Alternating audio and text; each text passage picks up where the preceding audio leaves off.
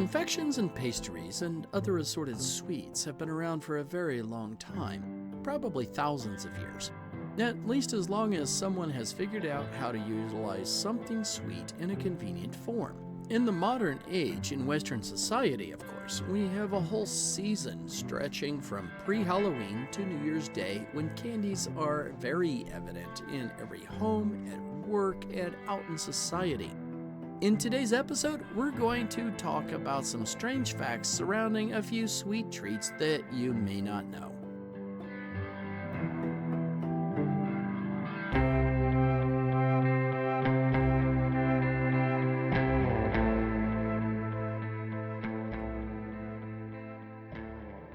Hi, and welcome back to another episode of Me, Myself, and I History, where weird history and strange happenings in the universe are always on the menu.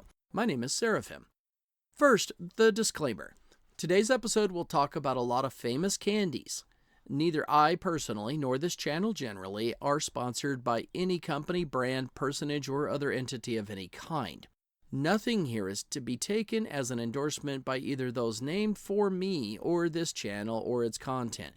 Nor should any of this count as an endorsement on my part toward them. With that said, let's get to today's episode and see what we can find out.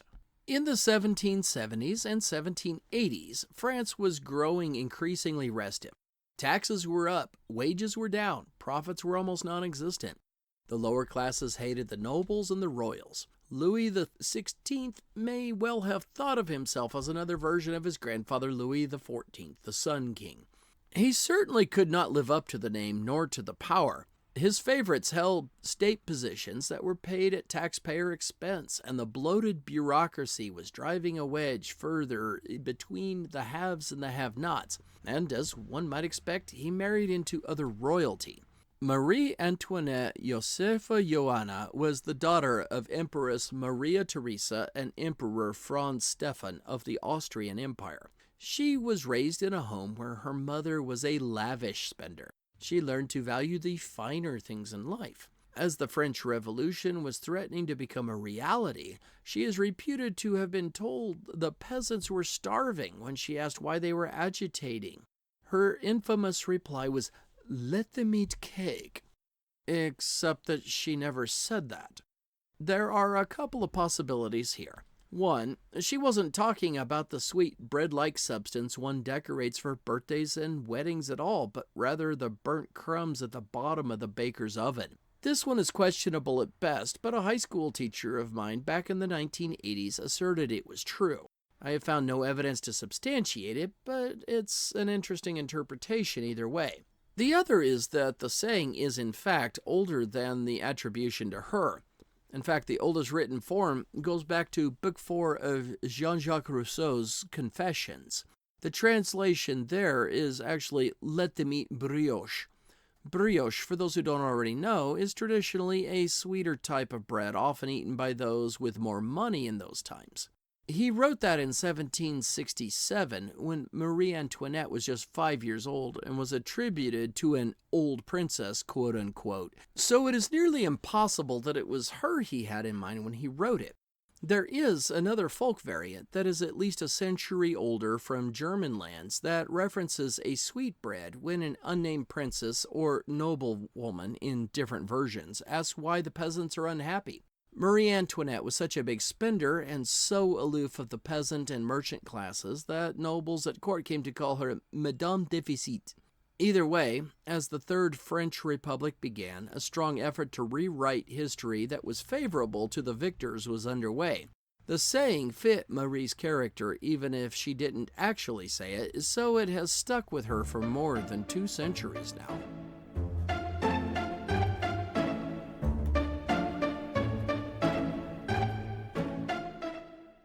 Edward Eddy Dee was born into a family of candy makers in London, England in 1924. He was raised in Greater London and attended his first years of school there. Later, as World War II began to intensify, he moved to Jackson, Mississippi to live with distant relatives where he finished high school. Later, he attended the University of Miami and then Emmanuel College at Cambridge University, where he earned his baccalaureate in engineering. He soon signed up for the Royal Air Force, where he trained on radars, the newest military technology of the time. In 1946, he married. In 1947, he moved to Tel Aviv, where he took up his family's trade, candy making.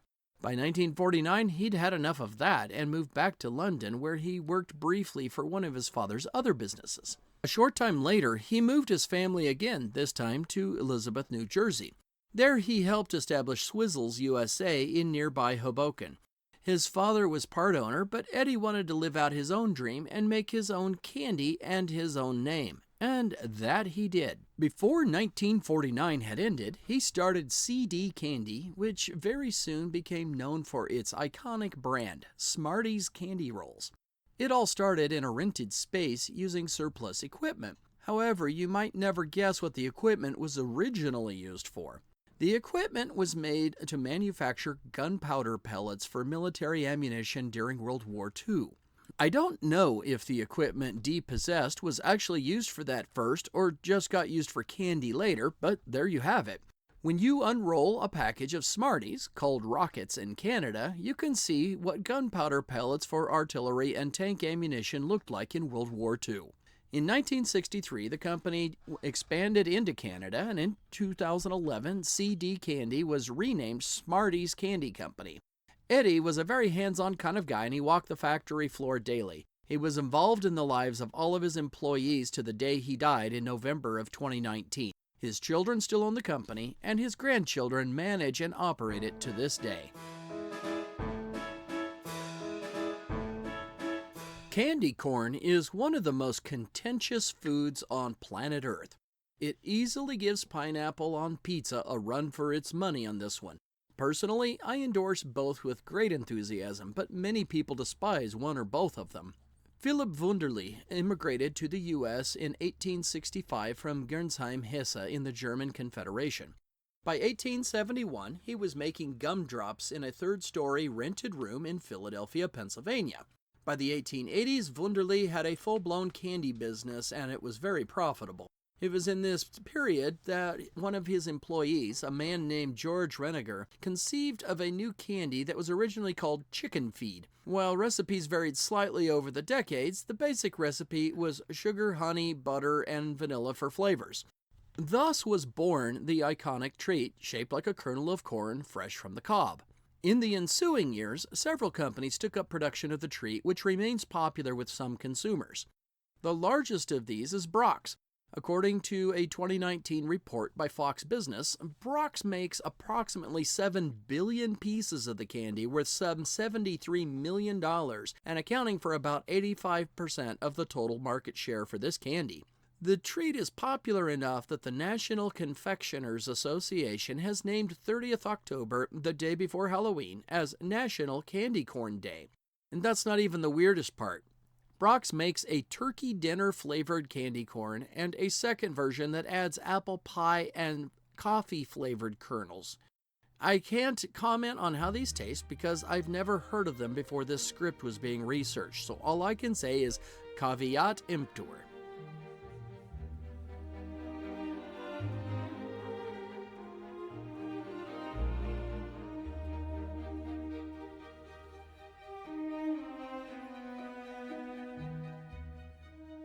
What holiday season candy ensemble would be complete without candy canes? They're ubiquitous, and I have seen them on sale as early as September in some places. That really shouldn't be, in my opinion. To each their own, I suppose, but I digress. One popular story about the origins of candy canes goes like this. In or around 1670 in Cologne, Germany, Cologne Cathedral had a living crèche tradition each Christmas Eve. The choirmaster was disturbed by the noise made by small children during his holiday time and asked the local candy maker to make some sugar sticks for the children. In order to justify giving them to children as they headed into the Catholic Mass, he asked that each one be bent on top to resemble a shepherd's crook and to help the children remember shepherds who visited the Christ child. The white color was used to teach about the sinless life of Christ. From there, it spread to other parts of Northern Europe, where it became especially associated with Christmastide. While we can neither prove nor disprove the claim, it is very likely apocryphal at best. There are no references to it before the mid-20th century in print. About a century earlier, we begin to see the first print references to candy sticks that we now associate with the Christmas holidays. The first mention goes to an 1837 exhibition in Massachusetts that expressly mentions judging candy stick entries. The oldest cookbook entry dates back only to 1844. The first cane-shaped reference goes to a short story in a magazine in 1866.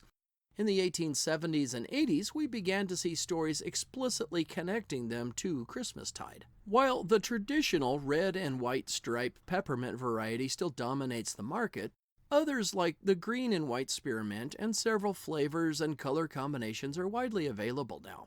Among those unusual flavors include things like root beer or cream soda flavors, or even pickle flavor. That's right, pickle-flavored candy canes are not just a thing, they're readily available online from several manufacturers. That's another one I would not have believed until today.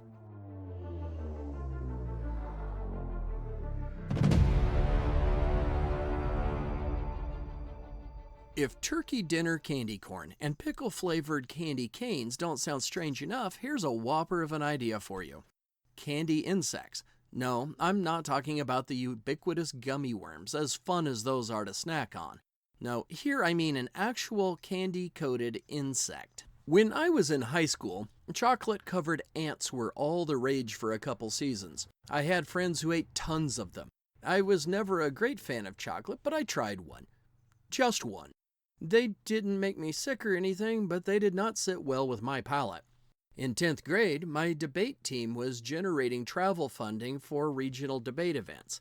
We sold gourmet suckers. One of those was a flavor called grasshopper.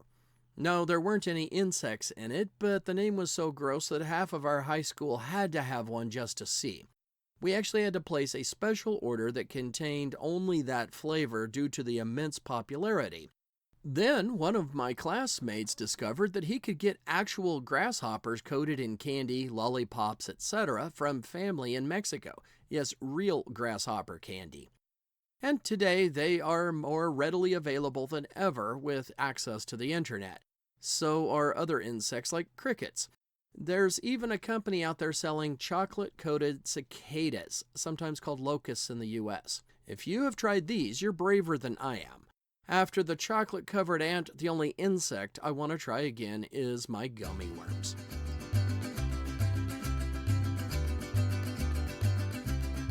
Now, Tootsie Rolls have been around for a very long time. Most are gooey, chewy chocolate treats that kids of all ages love. From the iconic bite-sized ones to the giant ones to the lollipop version, there's a Tootsie Roll for everyone. They even have some seasonal fruity flavors. Tootsie Rolls first sold in Brooklyn, New York for a penny each in 1896.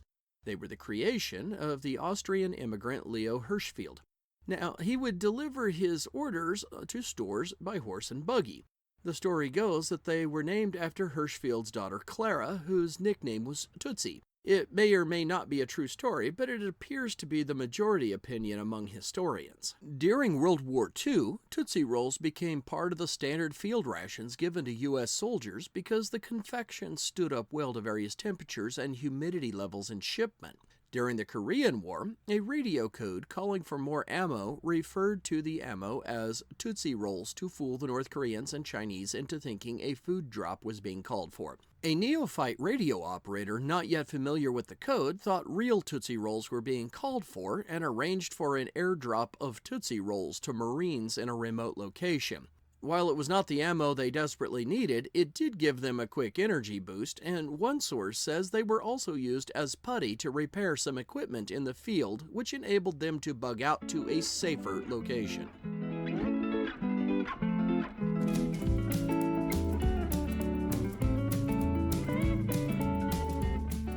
Sometimes called fairy floss, daddy's beard, girl's hair, or any of several other names, candy floss or cotton candy, as it is most commonly called, dates back to the end of the 19th century. Sugar is heated and liquefied. Then centrifugal force is used to spin the sugar out of tiny holes, forcing it to cool and solidify rapidly, quickly attaching to anything in its way as a filament fine strand. Just a small amount of it then resembles a cotton ball. Flavorings and food colorings are added, most commonly pink or blue. The treat was invented by a dentist. It was created by William Morrison along with a confectioner friend, John C. Wharton, in 1897. It didn't make its public debut until 1904 at the World's Fair, where it sold for 25 cents per box. They sold 68,655 boxes for $17,163.75. That's nearly $622,000 in 2024 money. The next year, Albert Robinson of Lynn, Massachusetts, submitted his patent application for the cotton candy spinning machine that remains the basic design to this very day. Tootsie Roll Industries is the world's largest producer of the stuff, producing a pre-bagged fruit-flavored version called Fluffy Stuff. Even the most mundane things, like candy that we all take for granted, can have a weird history. Whether you want to try the pickled flavored candy canes or cricket lollipops, or you're like me and hold out your hands in a huge no gesture, there are a lot of interesting and unusual facts that come with your favorite sweet treats. Believe it or not, there is even a wasabi flavored Kit Kat available in Japan. I hope you enjoyed this episode dedicated to seasonal and some not-so-seasonal sweet treats. If you did, hit those like and subscribe buttons. Hit that notification bell to be alerted to more content from this channel. Then go tell your friends and family who like weird history. And now that I have solved the mystery of my comment section being shut off, feel free to comment below if you have more to add to this list of weird facts around candy, or just want to comment on the video. Until next time, my friends, this is Seraphim with Me, Myself, and I History signing off.